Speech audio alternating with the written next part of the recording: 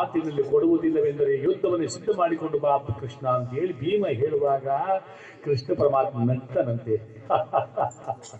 ಹಾಗಲ್ಲ ಧರ್ಮನಂದನ, ನಿನ್ನ ಮಾತಿನ ಪ್ರಕಾರ ನಾನು ಅವನಲ್ಲಿ ರಾಜ್ಯವನ್ನು ಕೇಳುತ್ತೇನಪ್ಪ.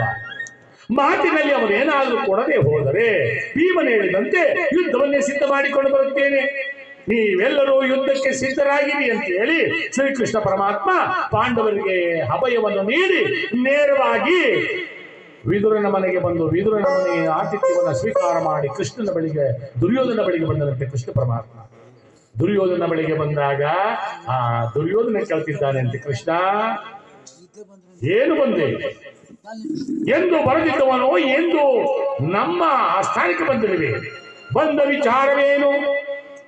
ವಿಚಾರವೇನು ಎನ್ನುವಾಗ ಆ ಕೃಷ್ಣ ಹೇಳ್ತಿದ್ದಾನಂತೆ, ಏನೂ ಇಲ್ಲ ದುರ್ಯೋಧನ, ಪಾಂಡವರ ಸಂಧಿಗಾಗಿ ನಾನು ಬಂದಿದ್ದೇನೆ, ಪಾಂಡವರ ರಾಯಭಾರಿಯಾಗಿ ಬಂದಿದ್ದೇನಪ್ಪ. ಅವರು ಆಡಿದ ಮಾತಿನ ಪ್ರಕಾರ 12 ವರ್ಷ ಅರಣ್ಯವಾಸ, 1 ವರ್ಷ ಅಜ್ಞಾತವಾಸವನ್ನು ಮುಗಿಸಿಕೊಂಡು ಬಂದಿದ್ದಾರೆ. ಅಂದು ಜೂಜಾಡುವಾಗ ನೀವು ಮಾತಾಡಿದ ಪ್ರಕಾರ ಅವರ ರಾಜ್ಯವನ್ನು ಅವರಿಗೆ ಕೊಟ್ಟು ಬಿಡಿ. ಆಗ ದುರ್ಯೋಧನ ಹೇಳಿದನಂತೆ, ಕೃಷ್ಣ ಜೂಜಿನಲ್ಲಿ ಅವರ ರಾಜ್ಯವನ್ನು ನಾನು ಗೆದ್ದಿದ್ದೇನೆ, ಗೆದ್ದ ಮೇಲೆ ಆ ರಾಜ್ಯ ನನ್ನದೇ ಹೊರತು ಪಾಂಡವರದಲ್ಲ. ನಾನೆಂದಿಗೂ ಅವರಿಗೆ ರಾಜ್ಯ ಕೊಡುವುದಿಲ್ಲ.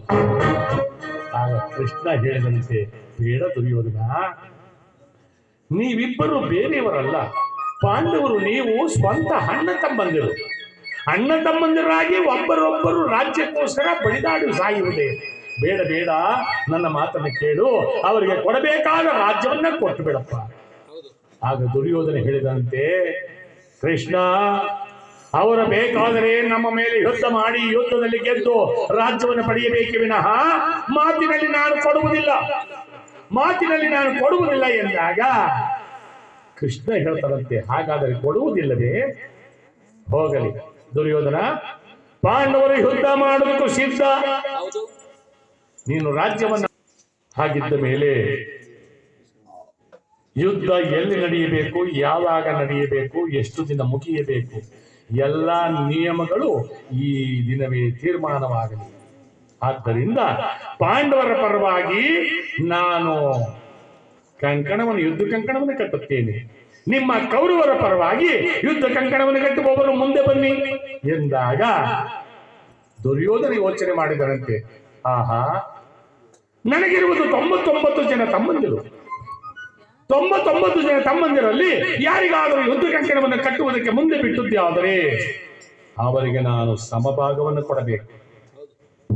ಇಲ್ಲ, ನಾನಿರುವ ತನಕ ನಾನೊಬ್ಬನೇ ರಾಜ್ಯವಾಳಬೇಕೆ ಹೊರತು ನನ್ನ ತಮ್ಮಂದಿರಿಗೂ ಕೂಡ ಕೊಡಬಾರದು ಅಂತೇಳಿ ಮನಸ್ಸಿನಲ್ಲಿ ಅಂದುಕೊಂಡು ಯಾವ ದುರ್ಯೋಧನ ಹೇಳ್ತಾನಂತೆ, ಕೃಷ್ಣ ಪಾಂಡವರ ಪರವಾಗಿ ನೀನು ಯುದ್ಧ ಕಂಕಣವನ್ನು ಕಟ್ಟಬೇಯ, ಹಾಗಾದರೆ ನಮ್ಮ ಕೌರವರ ಪರವಾಗಿ ನಮ್ಮ ಮಾವನಿದ್ದಾನೆ ಶಕುನಿ ರಾಯ, ನಮ್ಮ ಮಾವನು ಏನು ತೀರ್ಮಾನ ಮಾಡುತ್ತಾನೋ ಅದಕ್ಕೆ ನಾನು ಒಪ್ಪಿಕೊಳ್ಳುತ್ತೇನೆ ಅಂತ ಹೇಳಿ ದುರ್ಯೋಧನ ಹೇಳಿದನು. ಆಗ ಶಕುನಿ ಎದ್ದು ಬಂದು ಮುಂದೆ ನಿಂತರೆ ಕೃಷ್ಣ ಈ ಕಡೆ ಕುಳಿತಿದ್ದಾನೆ, ಆ ಸಭೆಯೊಳಗೆ ಕೃಷ್ಣ ಈ ಕಡೆ ಕುಳಿತಿದ್ದಾನೆ, ಶಕುನಿ ಈ ಕಡೆ ಕುಳಿತಿದ್ದಾನೆ. ಕೃಷ್ಣ ಕೇಳಿದಂತೆ, ಏನಪ್ಪಾ ಶಕುನಿ, ಕುರು ಪಾಂಡವರ ಯುದ್ಧ ಅಣ್ಣ ತೀರ್ಮಾನ ಮಾಡಿ. ಆಗ ಶಕುನಿ ಹೇಳಿದಂತೆ, ಕೃಷ್ಣ ಈ ಅಣ್ಣ ಸಂಬಂಧಿರ ಯುದ್ಧ ಕುರುಕ್ಷೇತ್ರ ಅಂತಕ್ಕಂಥ ರಣರಂಗವಿದೆ, ಅಲ್ಲೇ ನಡೆಯಬೇಕು. ಆಗ ಕೃಷ್ಣ ಒಪ್ಪಿಕೊಂಡು, ಆಗಲ್ಲ,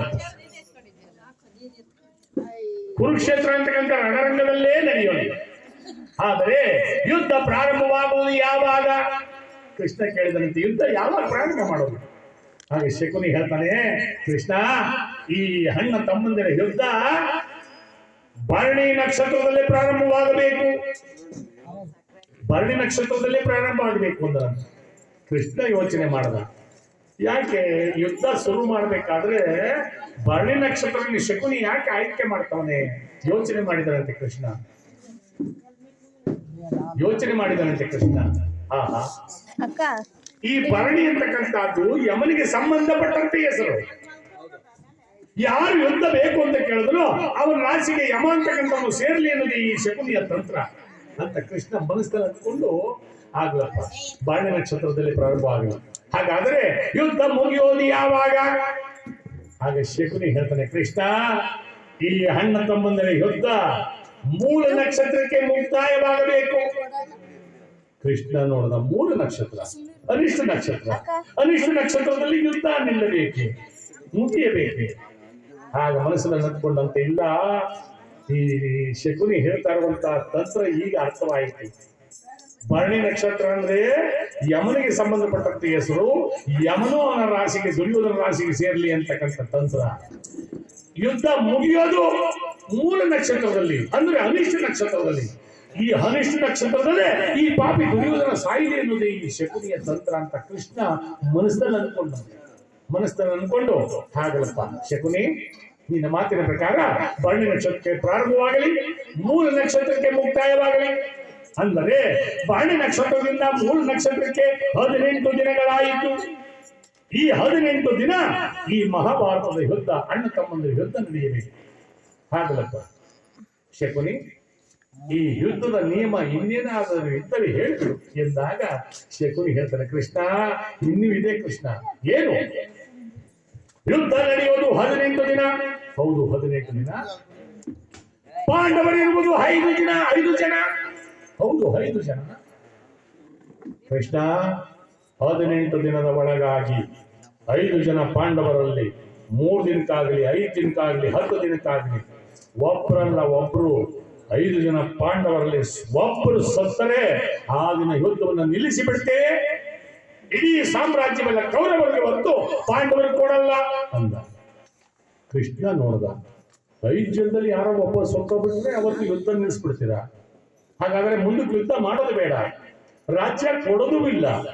ಹಾಗಲೇ ಶಕುನಿ ಕೃಷ್ಣನಿಗೆ ಅರ್ಥವಾಯಿದಂತೆ, ಓಹೋ 18 ದಿನದ ಒಳಗಾಗಿ ಪಾಂಡವರು 5 ಜನ ಸಾಯಬಾರದು ಅನ್ನೋದನ್ನ ನನಗೆ ಶಕುನಿ ಉಪದೇಶ ಮಾಡ್ತಾವನೆ ಅಂತ ಹೇಳಿ ಮನಸ್ಸಲ್ಲಿ ಕೃಷ್ಣ ಅರ್ಥ ಮಾಡ್ಕೊಂಡು, ಹಾಗಲ್ಲಪ್ಪ 5 ಜನದಲ್ಲಿ ಯಾರಾದ್ರೂ ಒಬ್ಬರು ಸತ್ತರೆ ಅವತ್ತು ದಿನ ಯುದ್ಧ ನಿಲ್ಲಿಸಿ ರಾಜ್ಯವನ್ನ ಕೌರವರು ಬಿಟ್ಕೊಡ್ತೀವಿ. ಮತ್ತೇನಪ್ಪ ಇನ್ನೂ ಇದೆ ಕೃಷ್ಣ? ಏನು? ಕೌರವರಿರುವುದು 100 ಜನ. ಹೌದು 100 ಜನ.